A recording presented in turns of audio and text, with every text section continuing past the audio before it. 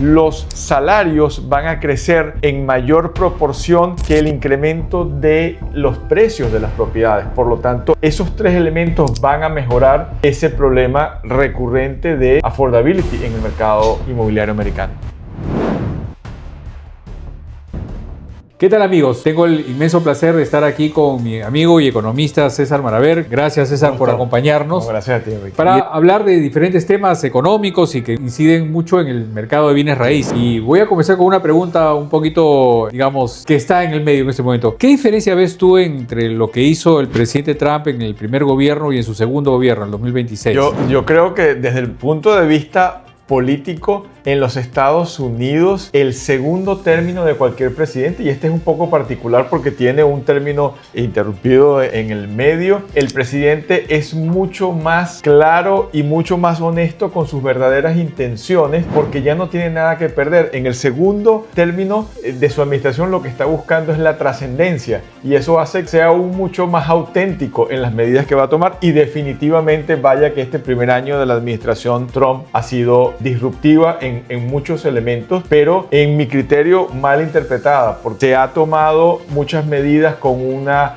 lectura que va a afectar a la economía, y por el contrario el resultado hasta ahora ha sido bastante interesante. Y de lo que hemos visto de que ha declarado en Davos, ¿qué parte de su mensaje influye, crees, en el mercado financiero? Y si hablamos específicamente del mercado inmobiliario que tanto nos ocupa, hay distintas cosas importantes que van a marcar este año y el resto de la administración. Una de ellas, Enrique, que va a incidir de una manera muy importante en el mercado inmobiliario, es ese proyecto de colocarle este mismo mes de enero un cap, un tope del 10% a las tasas de interés de las tarjetas de crédito. Eso va a tener una incidencia inmediata sobre la capacidad de endeudamiento de los compradores locales, porque obviamente su pago mensual va a disminuir de una manera importante y su capacidad de adquirir una propiedad de mayor precio va a aumentar, y eso definitivamente va a ejercer una presión probablemente sobre los precios. Claro, pero hay varias medidas. También ha limitado la compra de las grandes corporaciones de propiedades, ¿no? Absolutamente. Eso es algo muy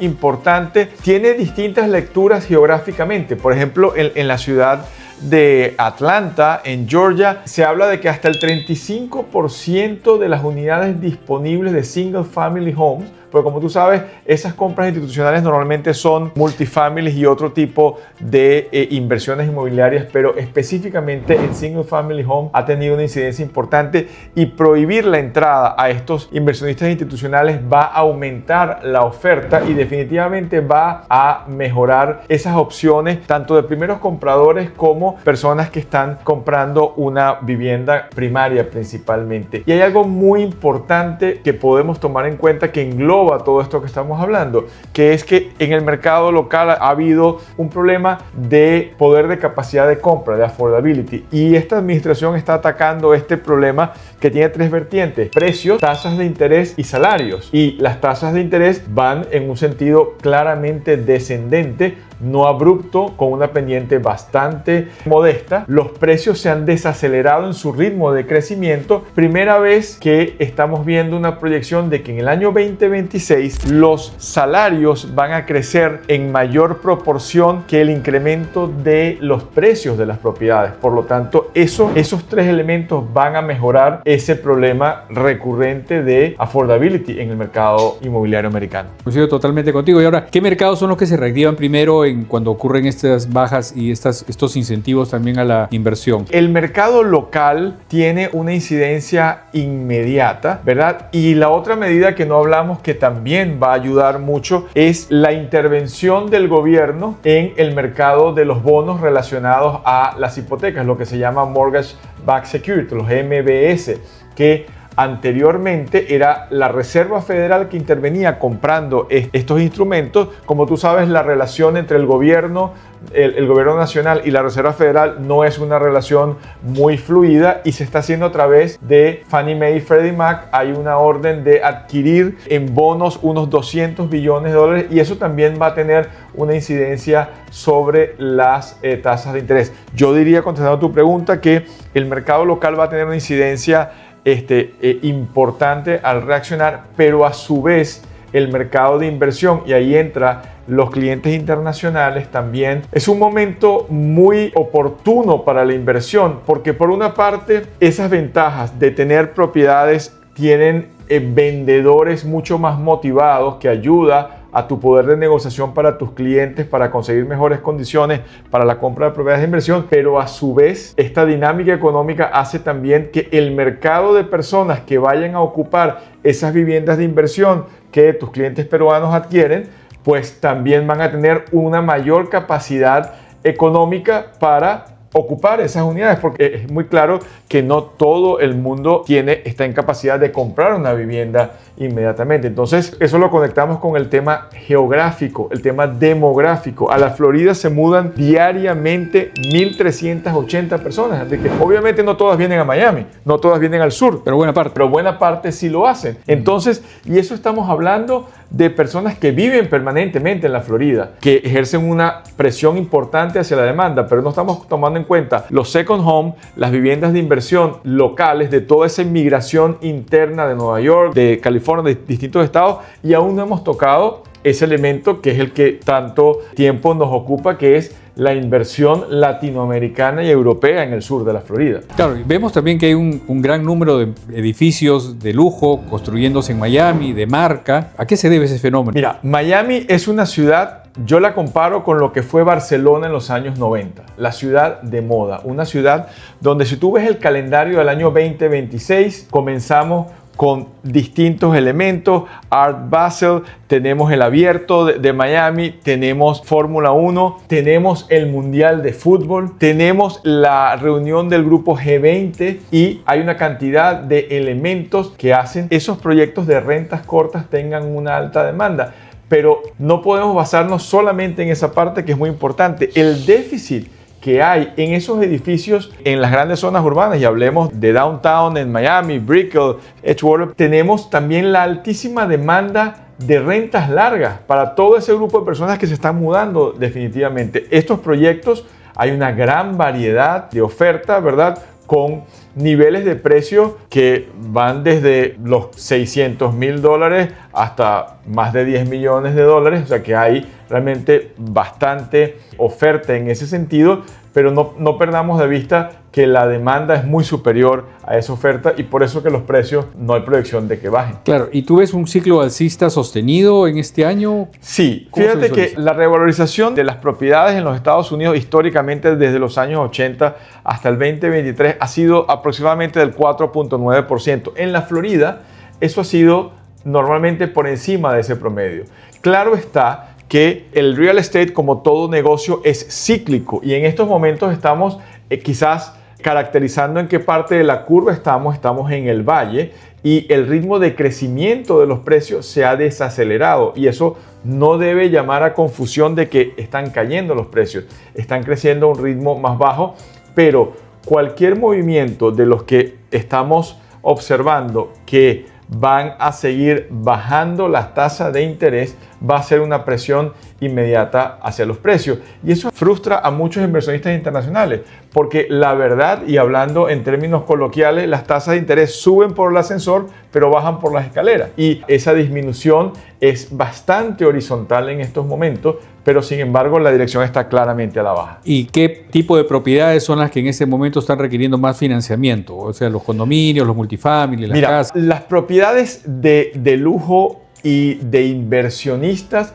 son las propiedades menos elásticas a cambios en las tasas de interés, porque realmente estos inversionistas no requieren normalmente de financiamiento. El financiamiento es mucho más abundante, mucho más necesario en propiedades de $500,000 hacia abajo. Obviamente tenemos productos de financiamiento para cualquier target de precio, pero normalmente el gran inversionista de propiedades de lujo no toma una decisión en base a la tasa de interés. Entonces, digamos, el mercado de inversiones, el mercado de single family homes, ¿tendrían más actividad para el financiamiento? Absolutamente, absolutamente. Allí, en una estadística que revisábamos esta semana, solamente el 40% de las propiedades de lujo han utilizado financiamiento, y obedece a estas razones.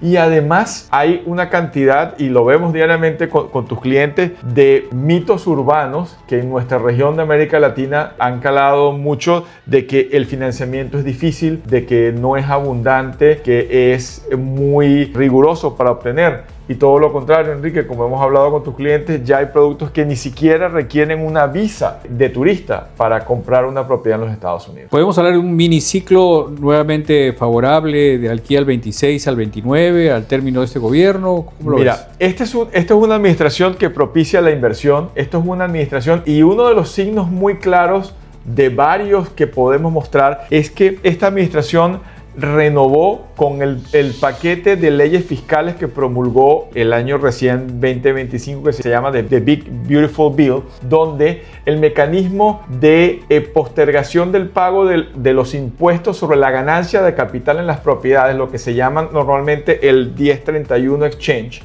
es un mecanismo maravilloso que habla claramente de que esta administración está propiciando la inversión, donde tú, al vender una propiedad con ganancia de capital, en lugar de pagar los impuestos, puedes reinvertir ese dinero en una propiedad de igual o mayor valor, y esa ganancia, en lugar de pagarla al fisco o a la hacienda o al IRS, la reinviertes en una propiedad, en una siguiente propiedad. Entonces, definitivamente hay otras medidas que te puedo mencionar: la depreciación acelerada, ¿verdad?, de remodelaciones, viviendas multifamiliares, y eso tiene un impacto inmediato sobre el flujo de caja de los inversionistas, de los cuales muchos de ellos son latinoamericanos. Si tuviera que darle 3 consejos a quienes quieren invertir aquí en el sur de la Florida en propiedades para proteger su patrimonio, ya sea América Latina o también casi la mitad de los inversionistas acá están en Estados Unidos, ¿no? Sí. Que vienen de otros estados con más impuestos. Correcto. El primer consejo que yo puedo dar es que tiene que tener una asesoría de un agente inmobiliario como tú, que tiene el conocimiento y puede leer realmente cuál es la motivación de ese inversionista. Porque luego que tenemos claro si ese inversionista quiere una propiedad para invertir por flujo de caja, o quiere revalorización, o quiere lo que la mayoría de nuestros clientes quieren, que es estacionar su capital en un sitio con reglas claras, con revalorización sostenida y dolarizada, ya a partir de ese momento la solución financiera, el vehículo para llevarlo a esa compra existe.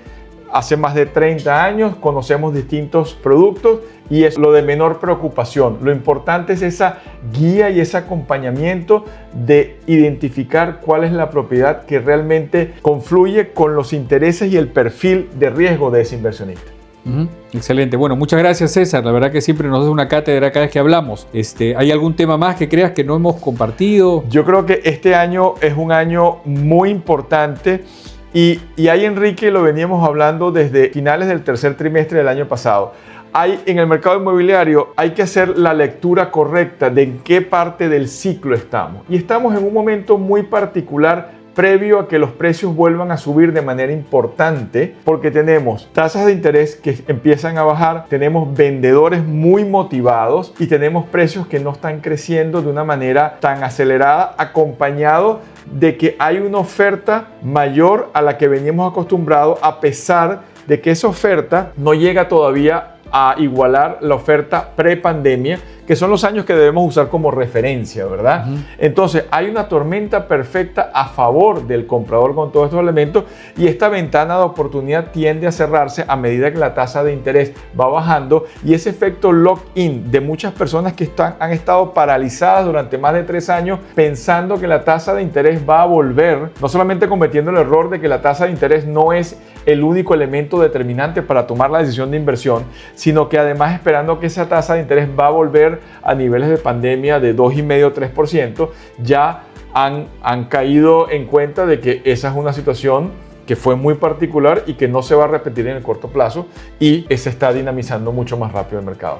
Excelente. Bueno, muchas gracias, César. Siempre es un placer. Gusto. De hecho, esta va a ser la primera de varias entrevistas, porque siempre coincidimos y te veo haciendo excelentes presentaciones con diferentes brokers, y aquí en Miami una real autoridad. Así que gracias, y nos seguimos viendo. Y ya saben, si les ha gustado este video, den un like y síganos para más contenido y para las siguientes entrevistas que vamos a tener con César. Muchas gracias.